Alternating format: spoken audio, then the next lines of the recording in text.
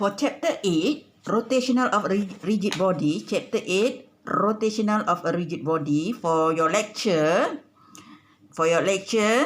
rotational kinematics. Okay, you should be able to define what is angular displacement, average angular velocity, instantaneous angular velocity, average angular acceleration, instantaneous angular acceleration. 8.2, equilibrium of a uniform rigid. You should be able to define what is torque. 8.3, rotational dynamics. You should be able to define and use the moment of inertia of a uniform rigid body and state the torque. What is a torque? What is a torque? Okay, for 8.4, conservation of angular momentum. You should be able to define what is angular momentum. And then you should be able to state the principle of conservation of angular momentum. So for the tutorial class, rotational kinematic, you should be able to use this parameter, and you should be able to relate the parameters in rotational motion with their corresponding quantities in linear motion. So, rotational motion versus linear motion. Apakah hubungan rotational motion dengan linear motion? Then you should be able to solve the problem related to the rotational motion with constant angular acceleration.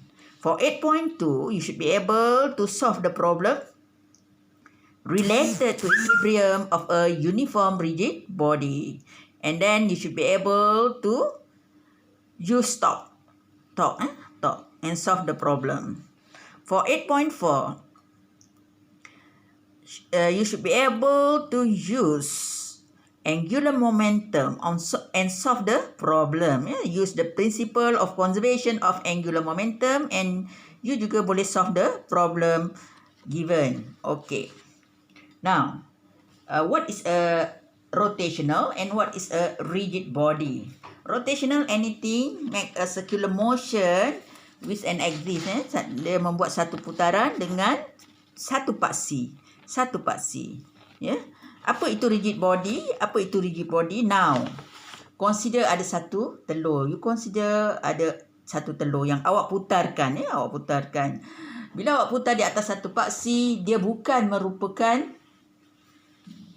rigid body. Kenapa? Ketika awak putar tu, yoke dia, kuning telur dia sentiasa berubah-ubah kedudukannya.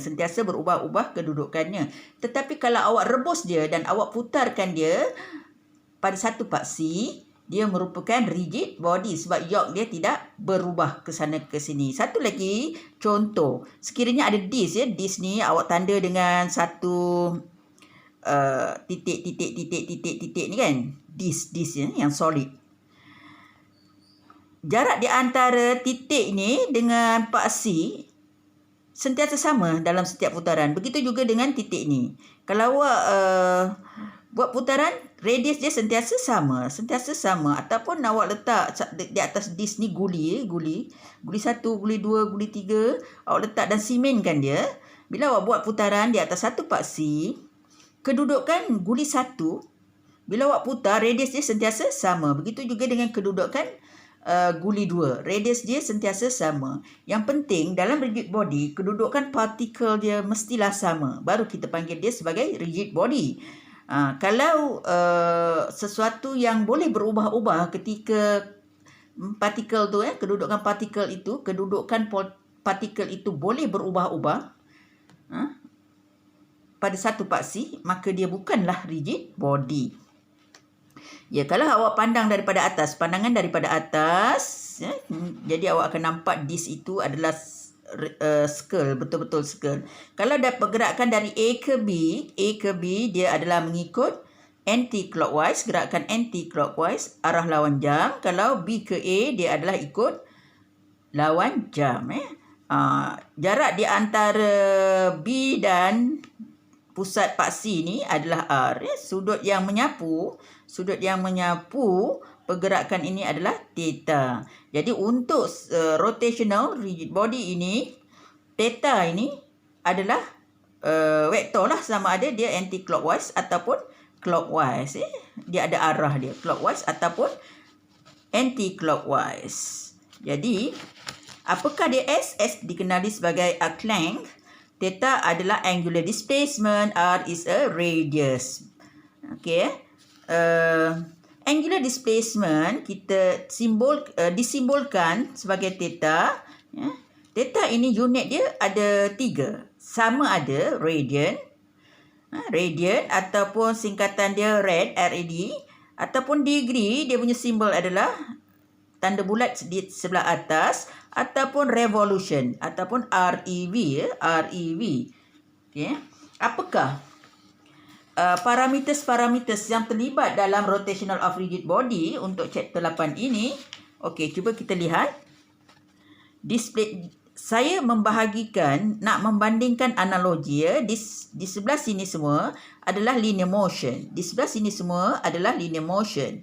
Linear motion. Di sebelah sini adalah rotational. Di sebelah sini adalah rotational. Rotational. Dia berrotate. Di sebelah sini adalah linear motion. Di sebelah sini adalah rotational. Linear motion, rotational. Apakah hubungan dia? S dengan theta? This is displacement, this is angular displacement. For linear, kita panggil displacement. Kalau rotational, angular displacement. Hubungan dia, S is equal to R theta. Okay, for average velocity untuk linear motion, berbanding dengan average angular velocity, omega average, subscript dia adalah average. Hubungan di antara dua parameter ini adalah V is equal to R omega. V adalah R omega. Untuk instantaneous velocity, kita tanda V instantaneous. This is untuk linear motion. This is for rotational. The symbol is omega instantaneous. Hubungan dia adalah seperti ini. V instantaneous is equal to R omega instantaneous. Kenapa sentiasa ada R? Kerana rotational, kita tambah satu lagi parameter yang ada radius. Ya, dia dalam bentuk radius. Okey, untuk instantaneous velocity ini, kita kena differentiate. Nak dapatkan dia, kita kena differentiate. Sebab at that moment. So, kita nak masukkan nilai T itu pada persamaan tersebut. Begitu juga untuk average acceleration, AV. This is for linear motion. Simbol yang diberikan adalah A, subscript AV. Untuk average angular acceleration, alpha average. So, hubungan dia, A average is equal to R alpha average. Begitu juga untuk instantaneous pada ketika itu. This is for linear motion. This is for rotational. Okey, kita tahu rotational motion ini, rotational for rigid body ini, dia rotate, ada arah dia sama ada clockwise atau anti-clockwise. Jadi, di manakah arah omega? So, kita kena guna right hand grip. Ya? Right hand grip rules. Jadi, macam mana awak grip lah tangan awak. Begini. Ini putaran dia. Kalau putaran dia begini, kalau kita tengok macam ni, putaran dia adalah anti-clockwise. So, the direction for omega adalah ke atas. Kalau macam ni, dia adalah anti-clockwise dan arah dia adalah ke bawah. So, bila dia speeding, arah dia adalah begini. Bila dia speeding, arah dia adalah begini. Ni bila dia speed. Arah dia sama dengan omega. Arah alpha sama juga dengan omega. Speeding. Kalau slowing down, alpha dah nilai dia negatif. Alpha nilai dia negatif. Dan arah dia pun opposite direction dengan omega. Jadi, untuk kes ini, rotational, berhati-hati dengan angle. Sebab kadang-kadang kita diberi average angular velocity dalam bentuk revolution per second, revolution per minute, revolution per hour. ataupun dalam bentuk radian per second, radian per minute. So, apa yang awak kena tahu seperti chapter circular motion, kita gunakan lagi sekali rules dia. Rules dia. You should be able to convert degree into radian and radian into revolution. You should be able to convert revolution into radian or radian into revolution. Begitulah dengan revolution and degree.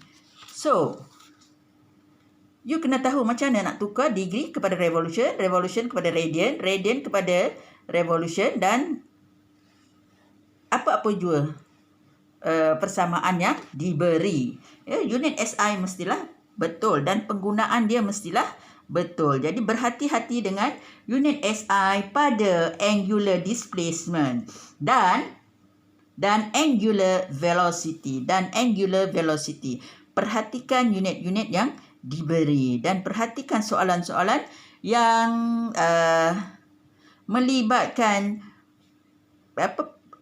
conversion unit conversion mesti mengikut SI unit.